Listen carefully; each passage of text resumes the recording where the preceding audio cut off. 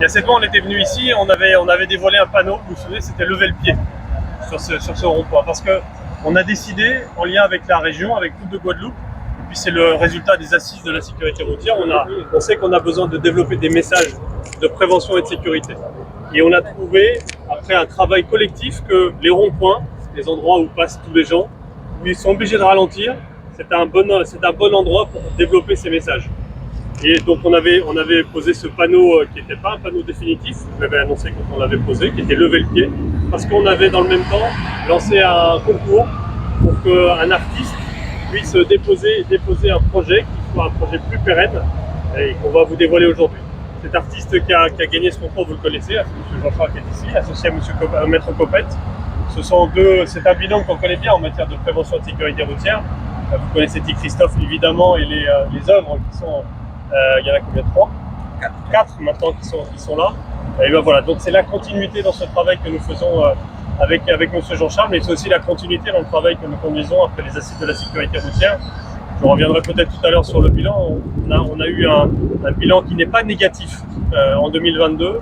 Celui qui commence en 2023 m'inquiète déjà. Donc voilà, donc on a besoin de développer. Je vais reprendre une phrase, une expression que quelqu'un a utilisé ce matin, qui est juste à côté de moi ici à gauche, a utilisé ce matin dans une réunion qu'on avait sur la sécurité routière, qui est le besoin de parler en polyphonie, de développer des messages de sécurité routière, de prévention en polyphonie, c'est-à-dire de plein de voies différentes pour toucher chacun de nous, les piétons qui ont besoin de marcher en sécurité, les cyclistes, on y reviendra tout à l'heure, les gens qui sont au guidon de leur moto, les gens qui sont au volant de leur voiture, voilà, pour que tous ces messages de prévention et de sécurité les touchent, parce que je le rappelle, la route, c'est un espace public, un bien commun que nous partageons tous, et qui est un espace qui peut être profondément dangereux si on ne fait pas attention. Si on a un comportement qui n'est pas adapté, si on roule trop vite, si on consomme évidemment des stupéfiants et de l'alcool, si on a des fautes d'inattention, tout ça fait que cette route peut être dangereuse. Elle peut être dangereuse pour soi, mais surtout elle peut être dangereuse pour les autres. Et donc c'est important de développer ces messages. Et donc quoi de mieux pour développer des messages que de demander à des artistes qui ont envie de participer à ce travail collectif de bien commun et pour tout le monde de pouvoir s'associer. C'est une des polyphonies, donc une des voies qui nous permettent de nous exprimer. Il y en aura beaucoup d'autres qui continueront à se développer dans l'année qui vient. Voilà, nous allons découvrir.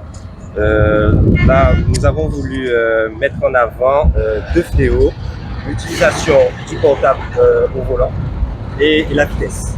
On s'est concentré sur ces deux faits qui sont accidentogènes. Et donc vous allez découvrir bientôt la manière dont on a voulu agencer ça pour que ça puisse un peu toucher les consciences. Certains peuvent dire que c'est une goutte d'eau, mais il faut que, à force de gouttes d'eau, c'est un océan que ça va générer. Donc nous allons la découvrir et en espérant que tout un chacun pourra apprécier et surtout prendre conscience que la route se partage, comme nous avons dit, et qu'il faut faire attention. De la structure, de l'installation, c'est qu'elle soit visible par les automobilistes volant en tous sens. Autour de 2 messages, de 2 fléaux, la téléphonie, la vitesse. C'est effectivement la première série de notre collaboration sur les ronds-points. On est très heureux qu'après les assises de la sécurité routière, la population a compris qu'il y a un problème, on a un vrai problème de sécurité routière en Guadeloupe. On est très heureux aussi d'avoir le soutien de la préfecture et de l'État dans de telles démarches, c'est important. Donc là, c'est l'œuvre de 2 Guadeloupéens impliqués, de 2 citoyens. On n'a pas compté nos heures, notre volonté pour que ce soit fait. Et on espère effectivement que tout ça servira à la population. Et dans l'idée effectivement que ce problème, on en parle ensemble et sans moralisation, mais qu'on arrive à le régler pour que le futur soit différent. Très bien, merci. Alors, l'œuvre installée sur le rond-point Capessa. Donc, déjà, le rond-point s'appelle le giratoire de la sécurité routière. Donc, il s'agit d'interpeller les automobilistes, les usagers de la route, en fait, même voilà, les usagers de la route, donc motards, cyclistes et tout, au danger et de certains comportements. Et notamment, ce qu'on a voulu axer ici, donc c'est un projet que j'ai travaillé avec Maître Charles-Henri Copé. Donc, on s'est concentré sur 2 fléaux, l'utilisation du portable au volant et la vitesse. Donc, ce sont des comportements à risque qui génèrent des accidents, d'où l'œuvre centrale qui représente une voiture écrasée, posée sur un socle avec des interdictions de téléphoner et de dépassement de vitesse autorisé. Et donc avec deux messages forts, un lettrage un peu street art. Le premier c'est rapproche, donc c'est une première injonction, et une deuxième injonction ralentit. Alors qui se trouve au niveau à la base du rond-point. Donc il y a deux niveaux de lecture. Lorsqu'on approche du rond-point, on voit l'œuvre centrale. Et quand on se rapproche, on voit les injonctions. Donc l'œuvre devrait faire son effet dès à présent. Vous êtes à combien d'œuvres? Je voulais profiter de cette, pour moi, comme vous le savez, qui va être quasiment ma dernière sortie, en tout cas s'agissant de messages de sécurité routière et de sensibilisation à la sécurité routière, pour annoncer un sujet qui est extrêmement important, qui vient aussi du travail que nous avons fait à travers les assises de la sécurité routière. C'est pour illustrer le besoin de parler de beaucoup de voix et d'avoir beaucoup de moyens de communication, de sensibilisation et de prévention. On a travaillé avec les cyclistes, la Fédération cycliste de Guadeloupe, sur un sujet, un projet qu'on avait ensemble, qui est un projet qu'on a mûri longuement, mais moi c'était une idée que j'avais aussi initialement, qui est d'avoir un grand prix de la sécurité routière cycliste. Et donc on vous annonce aujourd'hui, et on va signer la convention juste après, de ce grand prix. Je laisserai Frédéric Théobald le présenter, mais un grand prix qui se passera au mois de mars, qui sera le prix de la sécurité routière. Et on a souhaité, au-delà du cyclisme, et on va en parler, parce que vous savez que le sujet du vélo est un sujet qui est extrêmement important en matière de sécurité routière. À titre d'illustration, sur les quatre décédés du mois de janvier, on a un cycliste, concrètement. Et on sait que les entraînements sont des phases dans lesquelles il y a un danger qui existe sur les routes. On a souhaité se rappeler en souvenir de M. Brassleur, de Route de Guadeloupe, que vous le savez, qui a été fauché alors qu'il était en intervention, qui a été fauché par une voiture et qui est décédé il y a quelques mois maintenant, qui a provoqué une vive émotion bien légitime. Et voilà, et on a souhaité associer le nom de M. Brassleur à cette course, à ce critérium, qui se tiendra en mars prochain. Et symboliquement, le départ et l'arrivée se fera à Jarry, au siège de Route de Guadeloupe. Voilà. Donc vous allez présenter la course, mais voilà, je voulais vraiment le dire parce que c'est important à la fois de se souvenir de ces agents de Route de Guadeloupe dont le travail est d'assurer la sécurité des autres et qui ont besoin aussi qu'on assure leur propre sécurité, parce que sinon, les drames peuvent arriver. Là encore, un drame parce que quelqu'un a fait preuve d'inattention au volant de sa voiture. Je voulais en profiter aussi, je vais laisser la parole à la région, je vais laisser la parole à M. Pangolf et puis à M. Théobald, mais je souhaitais aussi profiter de ce moment pour associer dans mes remerciements, dans tout le travail que nous conduisons que je conduis en tout cas depuis 2 ans et demi en matière de sécurité routière, Dina Choumaya, qui est, comme vous savez, la tête de file en matière de sécurité routière, et les IDSR. Merci à vous d'être là, c'est important, ils sont maintenant de plus en plus connus, je suis très content, on connaît vos polos jaunes, qui sont des polos, mais on les connaît quand vous venez dans les établissements, quand vous venez faire des actions de prévention et de sensibilisation. Et on vous connaît de plus en plus aussi parce qu'on vous associe à tous ces travaux que nous conduisons. C'est essentiel, vous êtes pour nous des ambassadeurs de la sécurité routière. Vous êtes très nombreux, là il y en a une petite partie qui est là aujourd'hui. Mais voilà, je tenais vraiment à vous remercier et à vous associer devant tout le monde au travail qui est fait, parce que c'est Maître Copette parlait de polyphonie, vous avez compris, c'est lui qui en avait parlé. Je trouve que c'est vraiment une très bonne illustration de ce qu'on fait, et vous êtes une de ces voix. Voilà, une de ces voix aussi qui nous aide et qui aide tout le monde à prendre conscience du danger de la route. Et donc je vous remercie vraiment pour votre action. La région, vous laisse peut-être la parole. Bien, bonjour à tous. Vous savez, la route ici nous appartient, c'est la route de la région. Et tous, que ce soit l'État, la région, le département ou même le gouvernement, nous avons un seul but, c'est faire en sorte que ceux qui circulent sur ces routes soient en sécurité. La région fait sa part, et pour ce faire, nous avons la chance d'avoir M. Pandolf, Route de Guadeloupe, qui gère aussi bien les routes départementales que les routes communaux. Et lorsqu'un organisme comme la sécurité routière fait quelque chose dans le sens que nous voulons, alors là, nous sommes du coup là avec eux pour les soutenir. Oui, bonjour à tous. Donc, je suis Pandolf, le directeur général des services de route de Guadeloupe. Donc, l'annonce du préfet nous va, je dirais, à l'ensemble des agents que je représente aujourd'hui des routes de Guadeloupe, une fierté, et aussi, je pense que c'est pour la perte de notre collègue Thierry Brassleur, je pense que ce sera une très grande marque de reconnaissance. Il est parti, la vie est ainsi faite, mais au moins on ne l'a pas oublié. Je pense que en leur rendant cet hommage sur cette opération, d'après ce que Frédéric Théobald m'a dit, qui devrait parcourir l'ensemble autour de la Guadeloupe lors de cette manifestation. Donc je pense que c'est un bel honneur qu'on puisse lui rendre. Merci.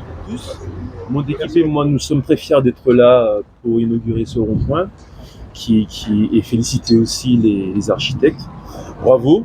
Concernant cette épreuve, qui sera la première édition, c'est le Grand Prix de la sécurité routière, en hommage à Thierry Brassler, qui au-delà de l'agent de route de Guadeloupe était aussi un ami et passionné aussi de la petite reine. Donc il y aura une épreuve qui va se dérouler du 17 au 19 mars.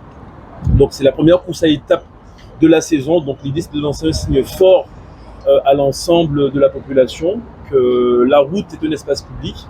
Donc elle se partage avec les cyclistes, les motards, les véhicules. C'est un vrai labyrinthe, mais il y a aussi des codes, il y a le respect, il y a le comportement. Donc on a voulu faire un parcours et je remercie Franck Duro qui est là, Eugène Nerton, ma trésorière et mon président délégué qui sont là aussi, avec un prologue le vendredi à Pointe-à-Pitre, parce que Pointe-à-Pitre c'est un lieu symbolique. Nous avons la sous-préfecture, tout ça. Donc de 2 km 100, avec le lendemain, le samedi 18, un départ à Route de Guadeloupe, à Jarry, en fictif, où nous allons faire un défilé, et un départ réel, là où Thierry Brassler a perdu la vie, donc avec un hommage. Et nous allons partir en direction du Gosier, on va faire le tour de la Guadeloupe, par le Nord Grande Terre. On va passer toutes les communes du Nord Grande Terre et une arrivée bien sûr à Jarry le samedi. Et le dimanche, nous aurons la deuxième étape. On partira toujours à Jarry, à Route de Guadeloupe, pareil en fictif. Et un départ, toujours dans la même zone, direction Sainte-Rose, par la côte sous le vent. Donc l'idée c'est de faire la carte de la Guadeloupe pour que le message puisse passer. Avec Harry Chélamé, nous allons communiquer avec des éléments de langage, avec la voiture info, pour vraiment sensibiliser la population. Et bien sûr les principaux acteurs qui sont les coureurs, cyclistes, les directeurs sportifs, les chauffeurs, que la route se partage et qu'une voiture, voilà, il y a des règles, contrôle technique, enfin, tout ce qui fait que cette saison doit être une saison sans accident. Et je remercie la préfecture pour l'accompagnement, parce que depuis 2021, en organisant le tour au mois d'octobre, c'était pas simple avec la crise. On a su travailler ensemble pour l'intérêt de la jeunesse et surtout Route de Guadeloupe qui fait un travail remarquable au quotidien pour l'état des routes et pour le soutien aussi au comité, bien sûr Dina.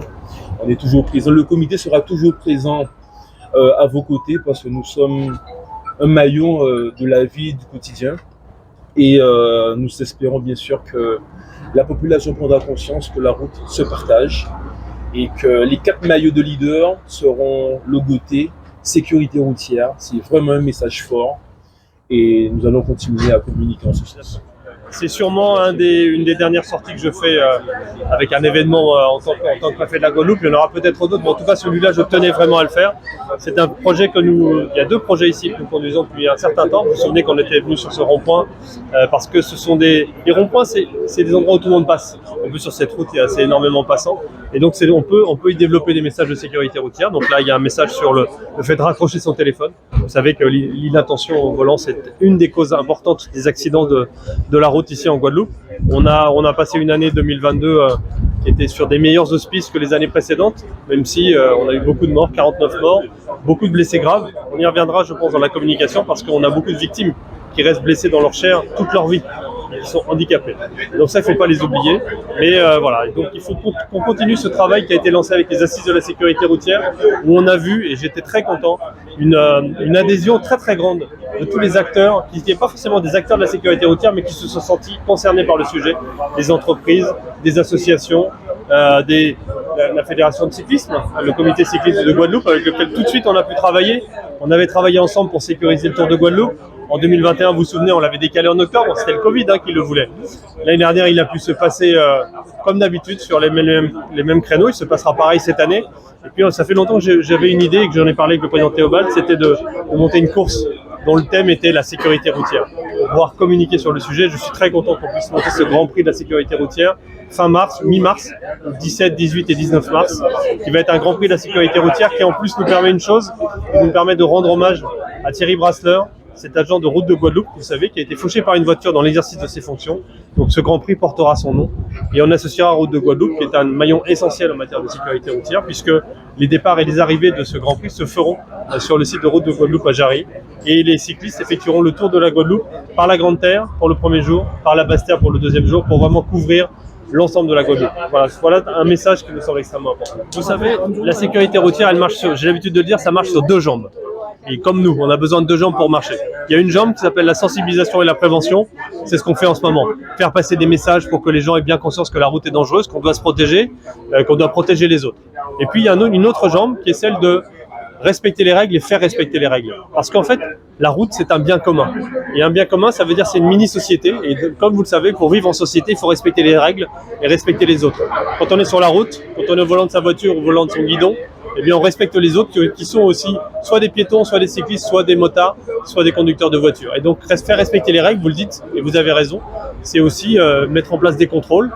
C'est ce qu'on fait avec les forces de l'ordre, en bord de route, contrôler vérifier les contrôles techniques, contrôler la vitesse, vérifier les taux d'alcoolémie, parce que toutes ces règles-là, il faut les respecter. Et puis, je pense que notre question d'après, c'est les radars. Eh bien oui, il va falloir aussi remettre en place ces radars. Il y a un plan de remise en place d'un certain nombre de radars qui va arriver. Parce que une des causes de la mortalité et de la gravité d'un accident sur les routes, c'est la vitesse. C'est-à-dire que vous pouvez avoir le même accident à 30 km/h ou à 70 km/h, et bien celui à 70 km/h sera plus grave. C'est comme ça, c'est la cinétique, c'est un problème de physique. Et bien donc si on respecte les vitesses et si on les fait respecter, on diminuera la gravité des accidents.